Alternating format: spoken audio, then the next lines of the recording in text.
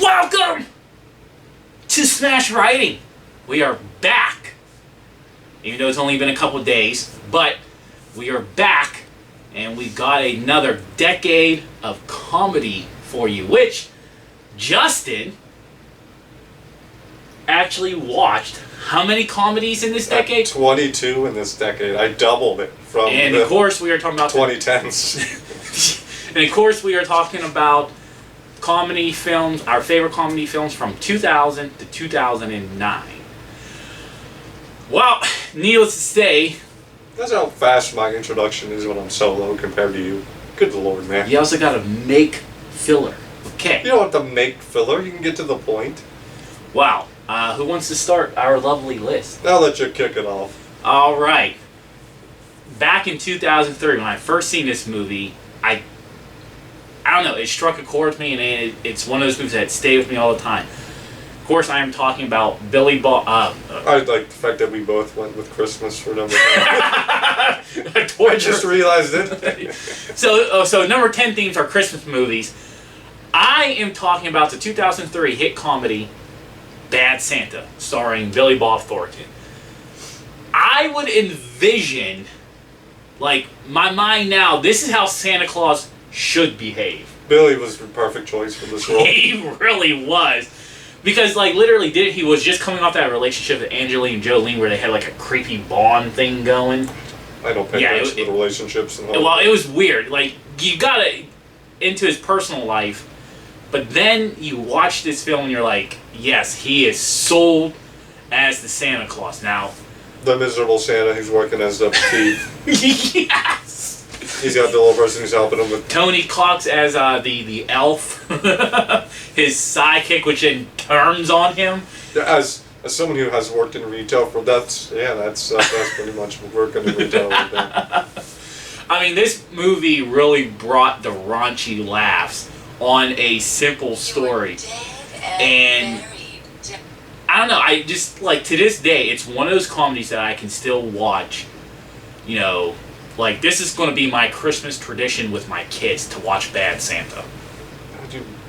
I'll give you some good Christmas movies to watch with your kids, alright? I just can't remember off the top of my head at the moment. The one where Goldberg was Santa Claus and he was killing people? Fantastic, you need to watch that one. Let's Sleigh Bells, that's another great one. You're going with the horror comedy. They're great. They're the true MVPs of the comedy world. But anyway, my number 10 is Jim Carrey's How the Grinch Stole Christmas. And what year did this one come out? It was 2001, 2002, something. It literally seems like just like 10 years ago that this film was out. Yeah. Not 20-some years ago. Well, 21 years ago. But this is the Christmas movie to watch. Jim Carrey. This is the Grinch version to watch. There's 3 different ones. This is the one you go to, because Jim Carrey's performance and his one line of dialogue sums up Christmas perfectly. And this review, when Cindy asks him the meaning of Christmas, and he shoves his head through the tree and says vengeance. So, remember that going forward, that the meaning of Christmas is vengeance. Alright, go on, you're number 9. Well, going away from the Christmas theme, we're moving on. Yes, to Thanksgiving. No, my number 9 is National Security, starring Martin Lawrence and Steve Zahn. Steve Zahn in the early 2000s really hit off some fun comedies. This one just stands out for just having him team up with Martin Lawrence and the concept of national security. You know, the white cop, and obviously this is before all this drama, the white cop trying to save the black guy, but being Martin Lawrence, he was saying he was a racist, so Steve Zahn's character goes to jail, Lewis is becoming a cop. Oh, the video of him, like, swatting at the bees with the nightstick. Yeah. These two... The best part of that movie we're talking about it is him throwing open the door yelling, "National Security, get out of the goddamn car!" And was that with the large black woman smacking him? Yeah,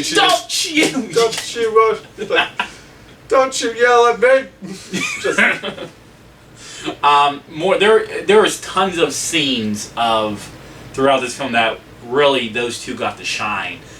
and they still ended up working together. It's a great buddy cop movie. Yeah, I definitely label it as a fun security guard, buddy security guard film. Yeah. they were not cops, even though one wanted to be. But my number 9, National Security. My number 9, Hey Arnold, the movie. This is a great movie. I haven't even seen it. Actually, I've probably seen this movie relatively sooner than I've seen a lot of the other movies on this list, or more recent. But Hey Arnold was a great movie. It had that real. Hey Arnold always had that like good laughs, but always had that tender, warm moment when they pulled you in and made you care about the characters. Just it's a great world they built with the show, and the movie really paid off too. I think everybody. I mean, I don't know if I can't remember if I ever watched that movie, but I know growing up I was a fan of Hey Arnold. Like that was one of the best opening songs too. Hey Arnold. You know, one of the best to me, and this could be an idea on Rocket Power.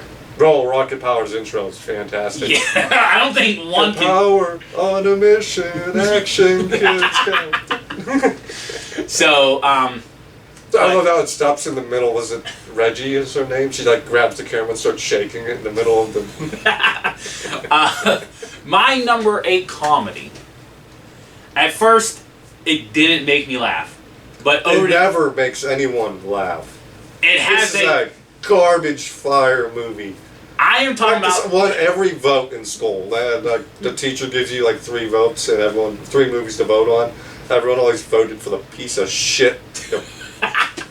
Well, let me get to the title. Damn it. My number 8 is Napoleon Dynamite. Okay? At first... fucking short.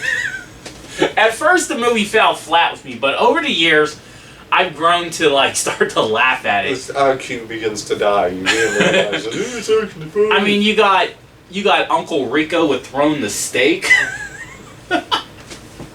You got his brother, like their little slap fest.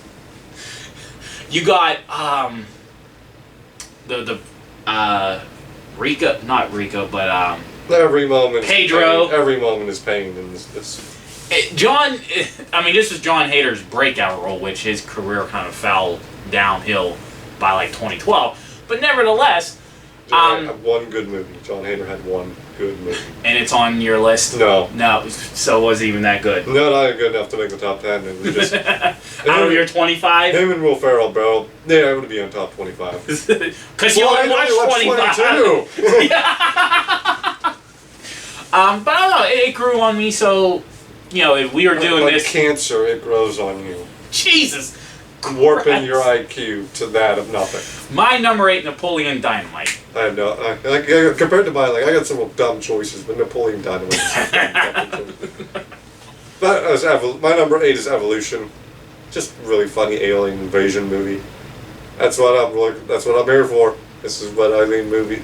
Fun. If you're going funny alien, Evolution is perfect roadmap to follow. I never recalled hearing that.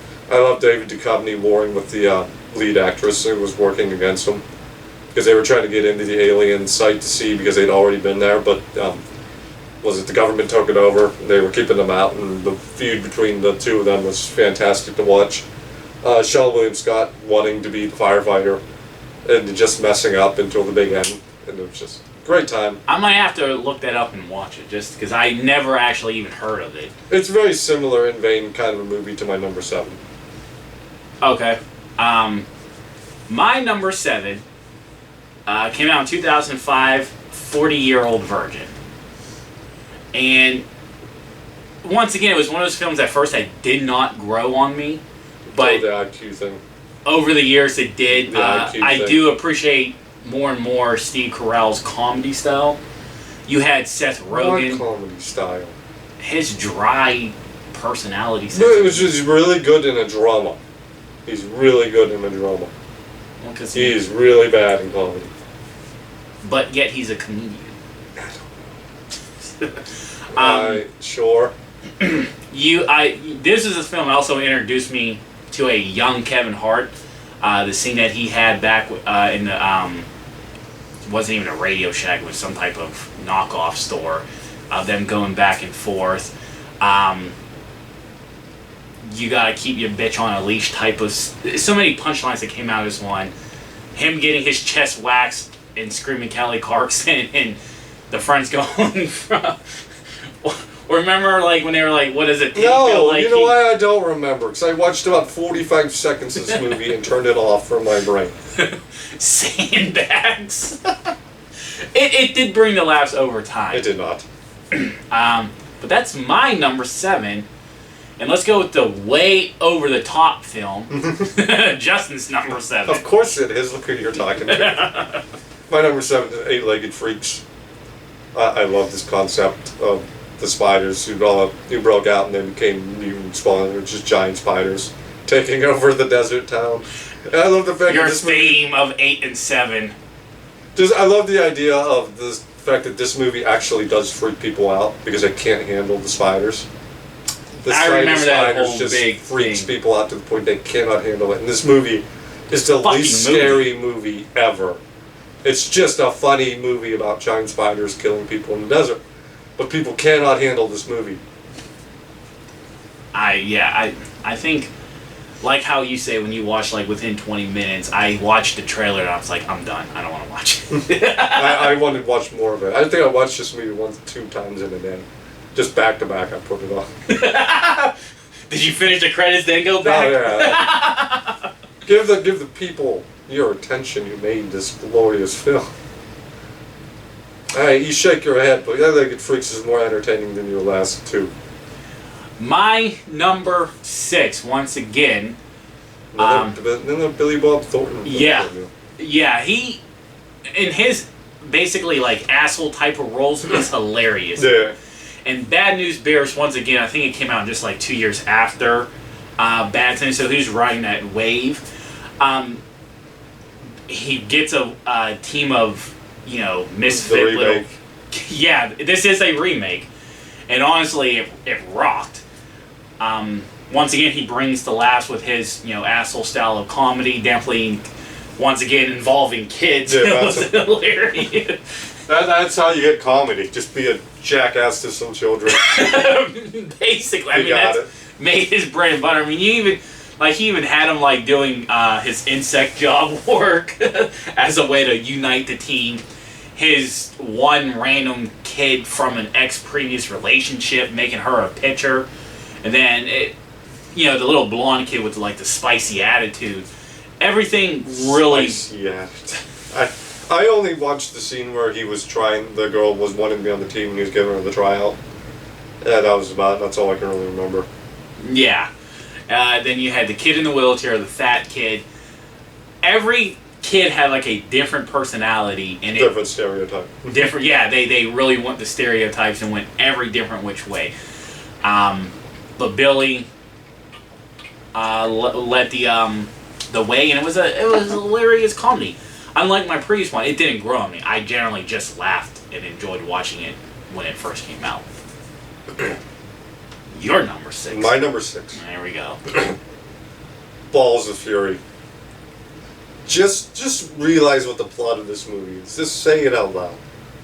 It is an ancient, treasured, hidden contest of ping pong. I forgot that was really about ping pong. It's Mortal Kombat, but replaced fighting with ping pong.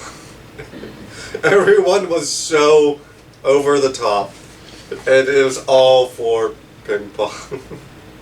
God help us. Yeah, that one he thought they had the blind guy. He's like, see the fly, and he snatched the fly out of his hand. And he's like, "What did you do? You weren't supposed to grab it." Jesus. George Lopez's only good movie role in him being the CIA agent.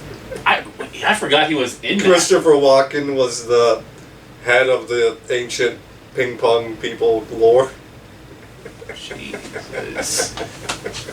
It is so goddamn stupid of a premise that it works. It works. It's great. Well, sometimes stupid. If you do stupid enough, it works. Which leads me to my number 5. Got introduced to Justin Long in this one. How did you get introduced to him in this movie? And this is the first, and not Jeepers Creepers. How did you watch this before Creepers?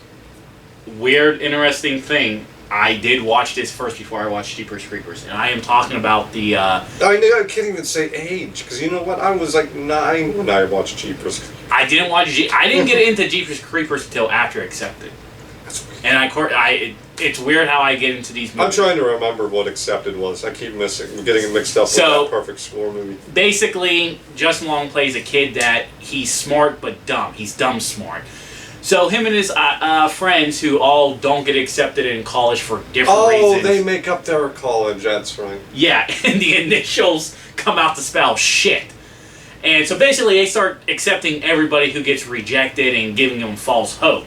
And the idea is they go through all these obstacles, and it's funny because, you know, everybody has their own little screw-ups and their own things that they want to do in life. And it works until the real school that's literally like up the road wants to shut them down, and they got to go through that battle, and in the end they become a real school, so he gets, you know, they all get their college degrees.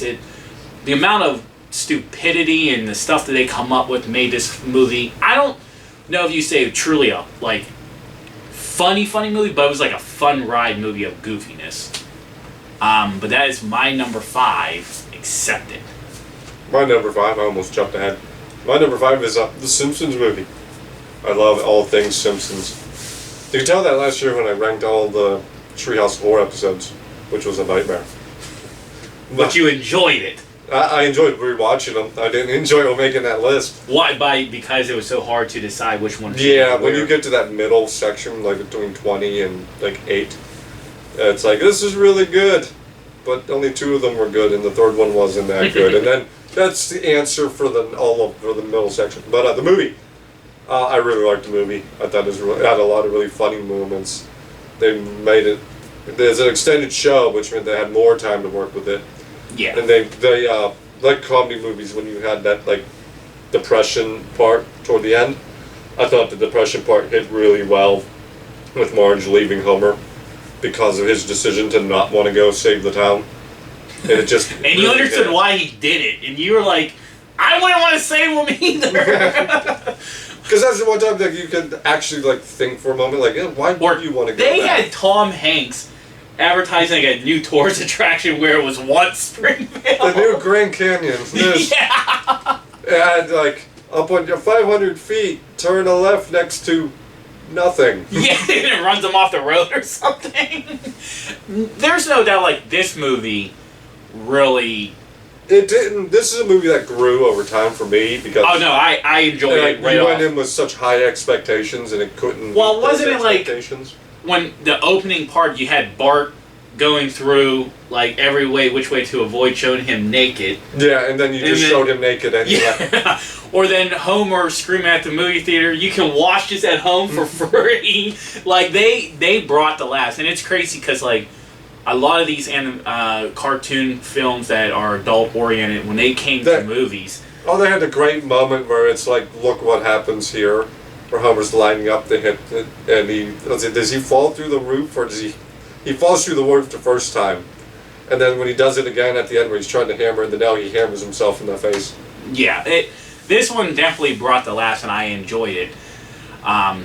So I have no problem with it being... Compared to yours, you don't have a problem with nothing! My number 4 is Meet the Parents, starring Ben Stiller and Robert De Niro. I watched Meet the Fockers and decided I was done with the series. And I completely understand why you would feel that way. But you have to watch the first film. No, I don't. Yes, you do. Because this one is actually hilarious. You had both different style comedies from what Robert De Niro can deliver and what Ben can do, and you clashed them, and the director did a good job at keeping it from going over the top but still bringing the laughs with Ben Stiller's style of comedy. It was a simple plot. You know, the guy goes, meets his girlfriend's parents, and he basically wants to do this because he wants to propose.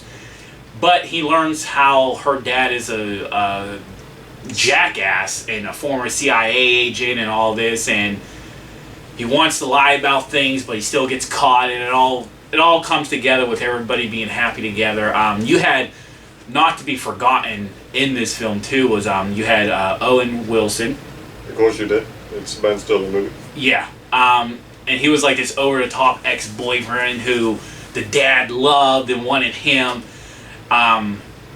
You know, one of the best scenes was they're making fun of Ben's character for playing the way he's playing volleyball in the pool.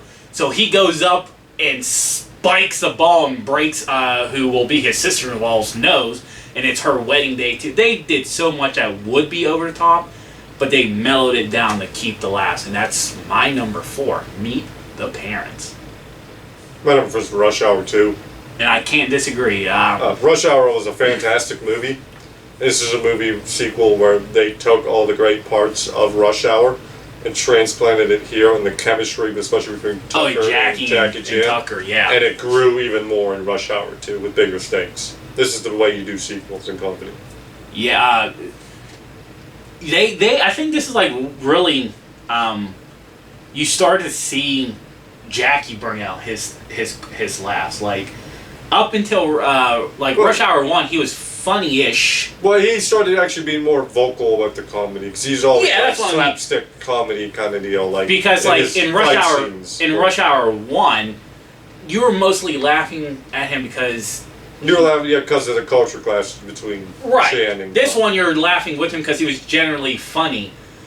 You my brother, blah blah. And all that, they were more comfortable around one another at this point, because the relationship between the characters got closer. So they started taking jabs at each other. This is like one of the few movies I enjoy the bloopers just as much. Yeah, the bloopers at the end were great too. Like they definitely fed off each other. The bloopers where he kept calling him Jackie. Yeah. And the one guy, I can't remember. He's a big name actor now. I can't remember his name. He's like, his name is Lee. Goddamn. I think that was John. I think that was Don Cheadle. Yeah, Don Cheadle. Yeah, because he was like small name back then, but obviously he blew up over the years. But yeah, he's like Don Cheadle's like, his name is Lee. Goddamn. Yeah. Stop calling him Jackie. But the chemistry between Jackie and Chris Tucker were fantastic. The way they fed off each other. And peaked in Rush Hour 2. My number 3. This is probably the last full movie of the series that I watched that I could laugh. I am talking about... the third one was good. The peak for me was this. This was the peak. This was the decline. This was the peak, and of course I'm talking about Scary Movie 2. I was also I think it was considered the last. It was the last R-rated movie of the series. Yeah. The Wayans brothers left, and this was their project, and when they left, it kind of did it for me. Yeah, like he was mentioning, 3 kind of. It was not horrible, but it was the descent to go down. And 4 it died. Yeah. And 5 was just like they beat the skull into powder. Yeah, it was like we're trying to resurrect, but this one really brought all the laughs from the little hand butler to. Of course, they were making fun of like a lot of scary movies with the Nike commercial. Yeah. The talking parrot that took no shit from anybody. Even the way the one guy, he was in the wheelchair, how they caused an accident. Yeah. Firestone tires, which is at that time frame they were having like a bad thing. Like they went hardcore with just mocking society with the films and events. They took what Scary Movie did and did it better here, because the storyline felt more thorough here, like a through line. They actually put into it. Yeah, while like Scary Movie 1 just felt like clips. Right. Like you were just laughing because it just was like, oh, we're about to mock this real quick. This one was a story to it as well. And that's why, I don't know why the Wayans brothers left. This movie... Well, I think it got to the point in Hollywood where they didn't want R-rated anymore. I think this was about the time where they did not want R-rated. Yeah, I think I understand. So, but nevertheless, this is still, to me, the best movie of the series. And the way I can still laugh at this film, even to this day, it's my number 3. Scary Movie 2. My number 3 is part of the Blood and Chocolate trilogy in Hot Fuzz.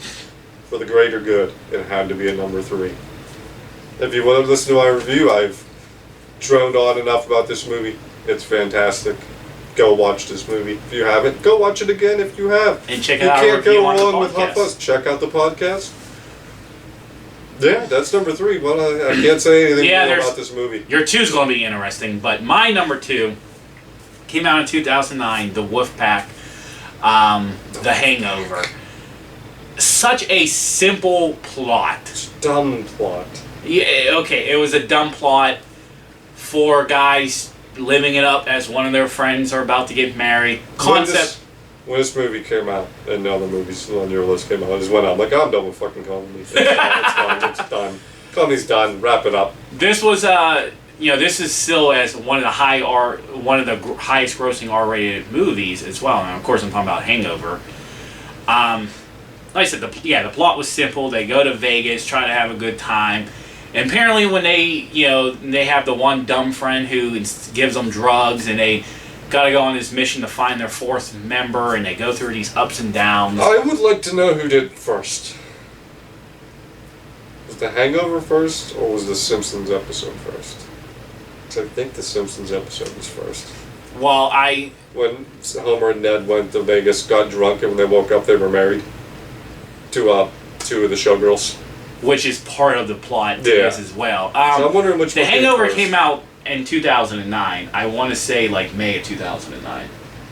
I don't remember when that episode came out. I think it might have been prior. I don't But remember. it was, once again trying to keep stop it from being over the top. Could I see this happening in real life? No, because at some point you kind of figure out he might be on the damn roof. Which I don't know how he survived the Vegas heat all that long, even though he had a little bit of shade. But the comedy was there. It really made big time stars out of Bradley Cooper. He was in movies before, of course, but he was funny in this one as Phil. Zach Galifianakis. Galifianakis. I don't know how to say that last name, man. Ed Helms. All great comedian style actors that are still pulling off films today. The Hangover as my number 2. And your number 2? My number 2 is Crocodile Dundee in Los Angeles. I love the Crocodile Dundee movies. They're just such great movies, great fun movies. This was the last one in the lineup, obviously. And he's recognizing in the movie, I'm starting to get too old. Makes sense. And the series was in the late 80s, early 90s, or yeah, late 80s is when it started. And did it stay in the late 80s, or did it go? It went into 92 or something. Okay, so it stayed 90s. in that early. Okay. Yeah, I think it was early 90s. It may have been mid 90s. Then the 3rd one came out in 2000. I love the idea of him going to New York. He's on the movie sets. He mixes up the animals from time to time because he just reacts to stuff coming at him. And then you get I'll always remember the one scene that I think about this when I see a semi-open door. I want to do that to someone so much. It's he's leading the person through door, and then he leaves one door half open and times it out so he hears them running, and he runs at the door so he shoulder blocks the door into the guy coming. I want to do that to someone so bad. Okay, mine. Oh, this will not be the last time Dundee pops up on my list. If we're stuck doing comedy movies. We will be. See, I hate happiness. My number 1 is... See what I mean? You hate happiness. I'm not a big fan of over-the-top slapstick comedy, but somehow this caught fire for me. And I'm talking about the 2008 film, Step Brothers. I don't know what made me want to laugh about it. The way they... Maybe it's kind of like how you talked about with Scary Movie 1 with it was just a bunch of clips. They just filmed a bunch of funny scenes. And it to bring the laughs. From the boat song to my nutsack on your drum set scene. You gotta say what the movie is? I did. I said Step Brothers. Did you? Oh, yeah. I must have. Them fighting each other with bicycles and screaming out how one raped the other one, and that's funny. The way they sold it was. Of course, 2008 comedy is different from 2022 comedy, but nevertheless... It's not that long ago. Don't let them pull out that bullshit. But nevertheless, it did bring laughs. One of the few Will Ferrell movies that I thought he held his own. I do like other Will Ferrell movies, but I feel like the other ones carried a comedy and he was just in it. But that's my number one, Step Brothers. My number one, was there a doubt in your mind? No. No. I literally, as he was writing his list, and he did his number 3, then he put number 1, and I'm like, it's going to be this. It's Shaun of the Dead. Of course. Of course it is. Though I'll admit it was pretty hilarious. It's one of the most quoted movies among me and my friends growing up. Shaun of the Dead. Every day, all day. You probably lived by Long this. live Simon and Ed, because this is fantastic. This is fantastic. I'll admit, Great storytelling, great humor. This was, I think this was, of course, ranked when we ranked the series. This was my favorite of the series. I gave it good reviews as well, so I have no problem with it. Because you can. It's the perfect comedy movie.